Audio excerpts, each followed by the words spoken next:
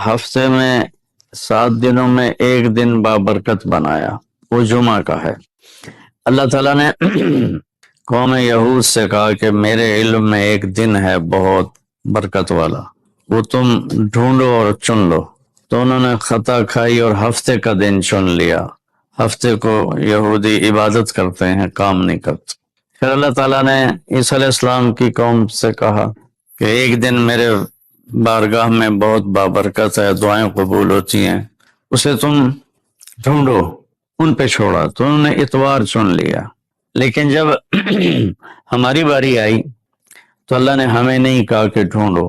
اللہ نے اپنے محبوب کی محبت میں جناب رسول اللہ صلی اللہ تعالی علیہ وسلم کی طفیل اللہ تعالیٰ نے ہمیں خود بتا دیا کہ وہ جمعہ کی رات ہے اور جمعہ کا دن ہے۔ یہ سب سے بہترین دن ہے جمعہ کا، اور پورے سال کے لحاظ سے جمعہ کی رات سب سے بہترین رات ہے۔ خصوصی طور پر پھر شب قدر سب سے اعلیٰ ہو جاتی ہے، لیلۃ القدر سب سے اعلیٰ ہو جاتی ہے۔ تو وہ 21، 23، 25، 27، 29 کی راتوں میں کوئی ایک رات ہوتی ہے، تو وہ اللہ تعالیٰ نے بہت ہی بابرکت بنائی۔ اللہ ہمیں نصیب فرمائے۔ تو جمعے کا دن اللہ تعالیٰ نے پسند فرمایا، اس میں ایک گھڑی دعا کی قبولیت کی ہے، وہ چھپی ہوئی ہے۔ اس گھڑی میں جس خوش نصیب کو ہاتھ اٹھانے کی دولت مل جائے وہ دعا فوراً قبول ہوتی ہے اور سیدھی عرشوں پر جاتی ہے۔ علماء نے اس میں تحقیق کی، ہر ایک نے اپنے اپنے خیال کے مطابق۔ بعضوں کے نزدیک جب امام خطبے کے لیے ممبر پہ آتا ہے تو وہ دعا کی قبولیت کا وقت ہے۔ بعضوں کے نزدیک جب دو خطبوں کے درمیان بیٹھتا ہے تو وہ وقت دعا کی قبولیت کا ہے، اور بعضوں کے نزدیک عصر سے مغرب کے درمیان کوئی بھی گھڑی اللہ کی بارگاہ میں دعا کی قبولیت کی ہوتی ہے۔ تو جمعہ کی نماز کو اللہ کے نبی نے بہت اہم قرار دیا، اور ارشاد میں بڑے دکھ کے ساتھ یہ حدیث بیان کر رہا ہوں۔ میرے نبی نے فرمایا جو 3 جمعے مسلسل چھوڑ دیتا ہے وہ میری ملت سے خارج ہو جاتا ہے، میری امت سے خارج ہو جاتا ہے۔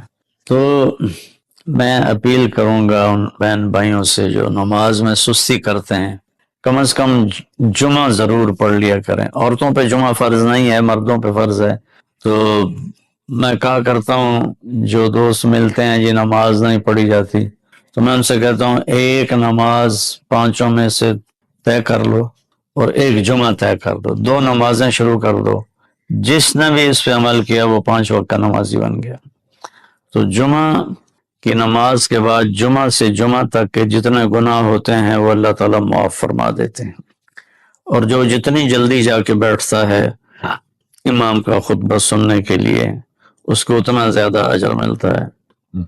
تو آج رمضان کا پہلا جمعہ ہے کہ ہم اس کا اہتمام کریں۔ رمضان المبارک میں جنگ بدر ہوئی، 17 رمضان جمعے کا دن، اور اللہ نے قیامت کو بھی جو قائم کرنا ہے جمعے کا دن۔ تو ہر دن اللہ کی بارگاہ میں بابرکت ہوتا ہے اگر ہم اس میں اللہ کی مان کے چل رہے ہیں، اور رمضان شریف میں خاص طور پر، اور پھر جمعہ ہو تو خاص طور پر اس میں ہم اپنے عبادت کو بڑھائیں۔ درود شریف جمعے کے دن کا مبارک عمل ہے، کثرت سے درود شریف پڑھنا، اور 300 دفعہ جو درود شریف پڑھ لیتا ہے وہ کثرت میں شمار ہو جاتا ہے، اوپر کی کوئی حد انتہا نہیں ہے۔ ہمارے ایک رشتہ دار تھے، وہ انتقال ہو گیا، اللہ ان کو درجہ بلند کرے۔ وہ روزانہ ایک دن میں 10,000 دفعہ درود شریف پڑھا کرتے تھے، ہر وقت تسبیح ان کے ہاتھ میں ہوتی تھی، اور روزانہ 10,000 دفعہ درود شریف پڑھا کرتے تھے۔